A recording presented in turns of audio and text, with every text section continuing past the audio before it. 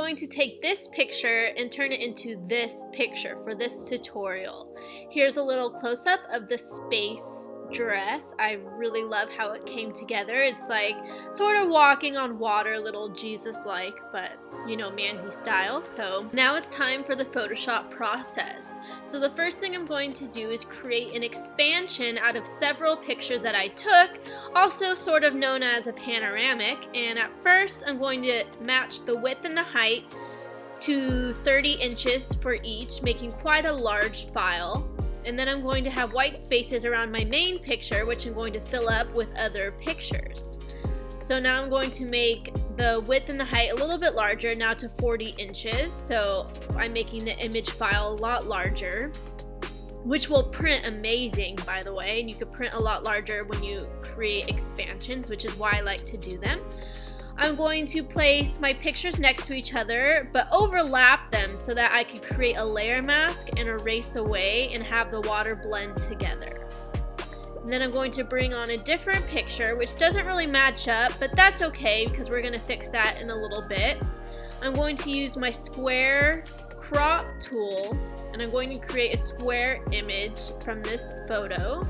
And then I'm going to select a color from the water that I'm going to use to paint in the background, sort of like a bluish gray kind of color. And with a large, soft brush, I'm going to paint in the background.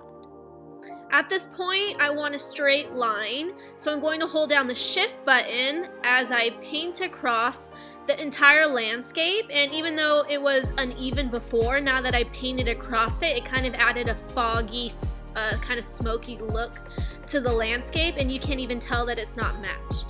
Now I'm going to bring myself onto the main image, so I just use the lasso selection tool to create a selection around my body, and then I hit Control Copy, then went to the main image and hit Control Paste, and now I have my layer mask on the layer that we just brought to the main image. And I'm erasing away a little bit at the edges of the lines. And instead of erasing away the whole way, I'm going to reduce the highlights of this layer so that the background, the whites, become a lot more gray looking, a lot more dulled down. And then after doing that, I'm just going to go in and erase away a little bit more just to perfect the composite and to make it look like I'm perfectly blended in with the background. And using a small piece of fabric that I purchased from Etsy.com, the space fabric, I'm going to create a very long dress. So at first I posed with the fabric around my body, and then I took the fabric off, which I'll show you later in the tutorial, and just kind of flew the fabric around in all sorts of different directions. I feel like the dress should kind of extend to the right side of my body as well, so I just brought in a different layer to kind of fill up that gap. And now I'm bringing in a different selection of my hair flying for the camera. I'm just using the lasso selection tool to copy and paste that selection onto the main image and creating a new layer, layer number 7, already layer number 7. And I'm going to reduce the transparency of the layer so I can see where to place it better. Then I'm going to bring the transparency back to normal. And now I'm going to create my layer mask on layer number 7 on the hair layer and just erase away at the areas of the layer where we don't want the layer to appear.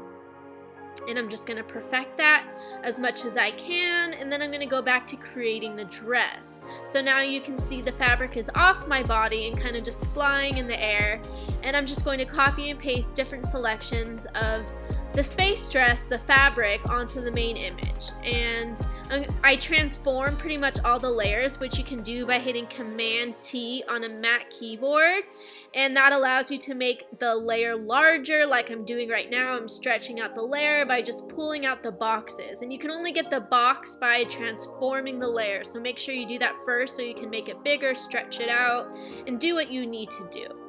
And then I like to take my fabric pictures and overlap the fabric, and when I overlap the fabric I create my layer mask, and I'm able to brush away where the lines meet so that they blend together, and I erase like the jagged lines. I just flip this layer horizontally, which is something useful that you can keep in mind when you're creating long flowy fabric type dresses, and I'm just stretching out the sides of this layer after transforming it. I'm gonna just keep doing the same things. Keep in mind that I keep the shadow in the layer because I want those natural shadows to appear on top of the water, so that I don't have to create water shadows later on from the dress. I'd rather just keep the ones that I photographed from the concrete ground. And I'm just gonna erase away from the ground a little bit and just have the shadows show through and get rid of the concrete, basically. Right now I just use the curves tool to make this particular layer a little bit darker. And as I was talking about before, as overlapping the fabric layers and creating your layer mask and erasing away, which is what I'm doing right now. And now I'm going to use a spot removal tool to just get rid of the tank top showing through. And I really wish that I used the liquefied tool to create more of a dress shape where the cleavage should appear, kind of create more of a dip in the fabric to make more of an elegant kind of dress out of the fabric. But that's something I'll keep in mind to do next time. I just brought the image into Visco and I'm showing the before and after of using Visco. So this is after Visco. It's a little bit more blue tones with a harsher vignette.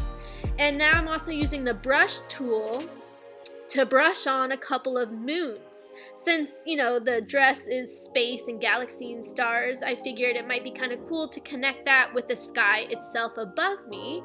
So, you know, I downloaded moon brushes and star brushes. I have all sorts of brushes. You can download them for free from the internet from brusheasy.com, which is where I got these moon brushes. And I'm just brushing them onto the picture. Super easy, kind of like a stamp, but like in a beautiful stamp.